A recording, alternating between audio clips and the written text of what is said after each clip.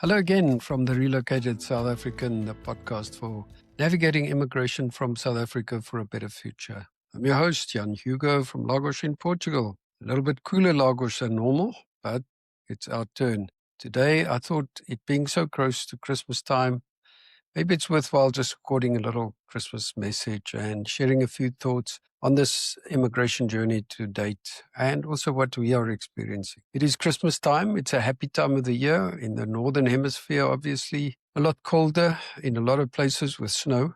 We always see the happy Christmas movies with snow and Christmas jumpers and happy families and everyone being together, eating together, exchanging gifts, and the typical Northern Hemisphere Christmas that we've come to know in the movies. Obviously, in the South, it's slightly different. Australia, New Zealand, South Africa, it's very different. It's summertime, it's beach holiday time. Everyone's on vacation. The weather's great. People get together in beach resorts.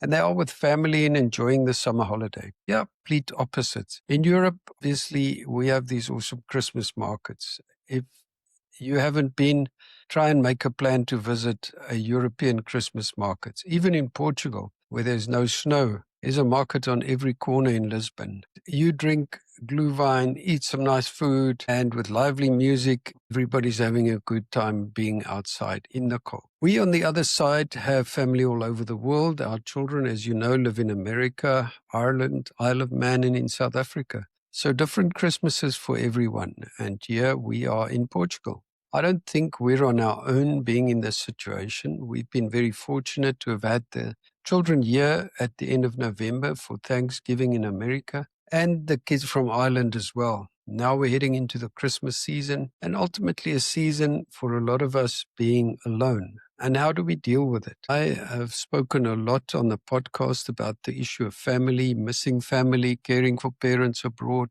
missing parents, missing children and grandchildren. No matter where parents and kids are, it's always a difficult time when you're not together, especially with grandchildren.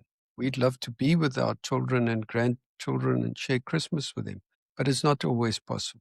So we have so many days and another Christmas passes without being there with them. And it's a happy time, but it can be a sad time for us as well.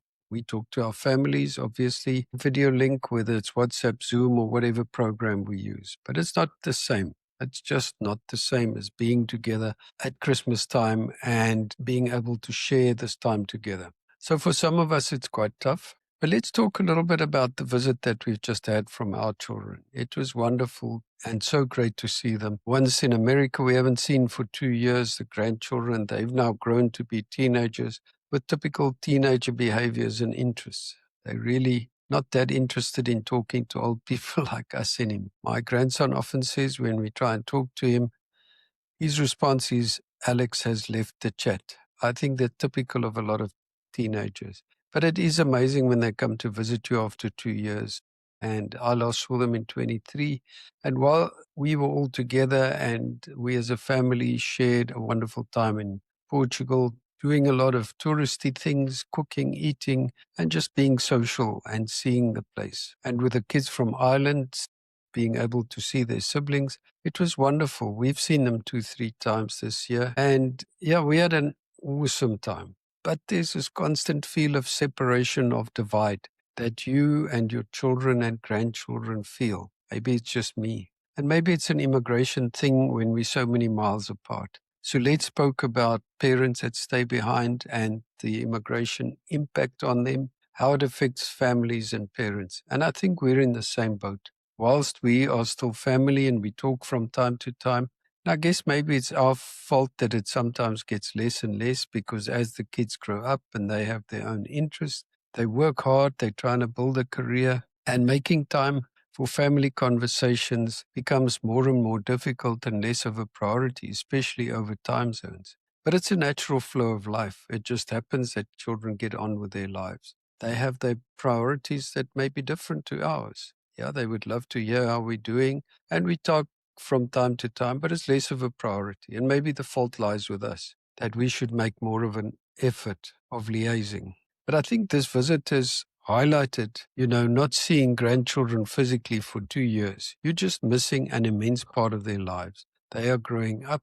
They're becoming people with their own personalities, their own lives. And you touch on it for a week and then they move off and they're on their own again. Yeah, it was nice to be in Portugal. It's nice to see the place, to see the grandparents, but it's not a big thing whether it happens or not because we're not that close. And I think in their minds, maybe it's just something that they have to do. For me, it's actually quite sad. Is there anyone you can blame? I don't think so. I think we've spoken about the whole situation of immigration, why people immigrate. I think a lot of people have left South Africa for obvious reasons. Our children have done the same. They're happy where they are. They're building lives and careers. They will probably never go back. We followed them to Europe to be closer to them. So maybe in that respect, we're a little bit unique compared to parents that stay behind in South Africa.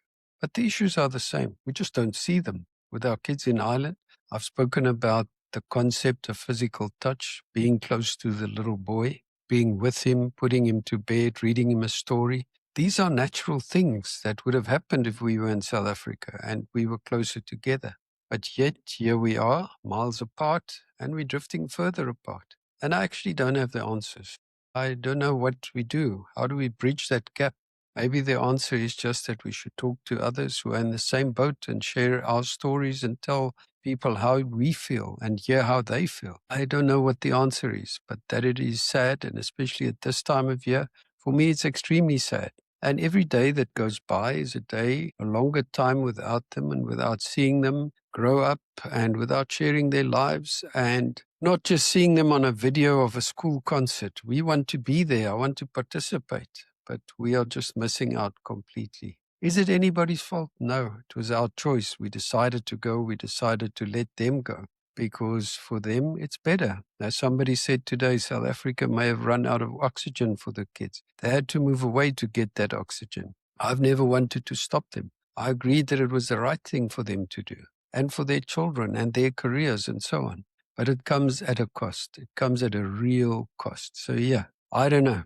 Just thought it's worthwhile sharing this feeling. I think it's the same with any long distance relationship when you think about friends that you've left behind in the country where you come from. It's the same thing. It's very hard to maintain those relationships because people carry on. They carry on with their lives. They don't need time to spend with you. And when they do come here and they visit, it's great to see friendly faces and you pick up where you were. But then they move back and that's it. You never hear from them again. And the same for us as well. But it's a matter of people just have their own lives. We've chosen to make our life in Europe, or in America or Australia, or wherever we are.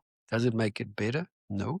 I think the pain and the hurt is still there. So yeah, I just thought it's worth sharing my feelings, my thoughts. Maybe there's some of you who are in the same boat, feel the same. Maybe want to share, maybe want to talk. Why don't you let us know either via Jan at relocatedSouthAfrican.com or fill in the form on our website, www.therelocatedSouthAfrican.com, and talk to us. Let's share.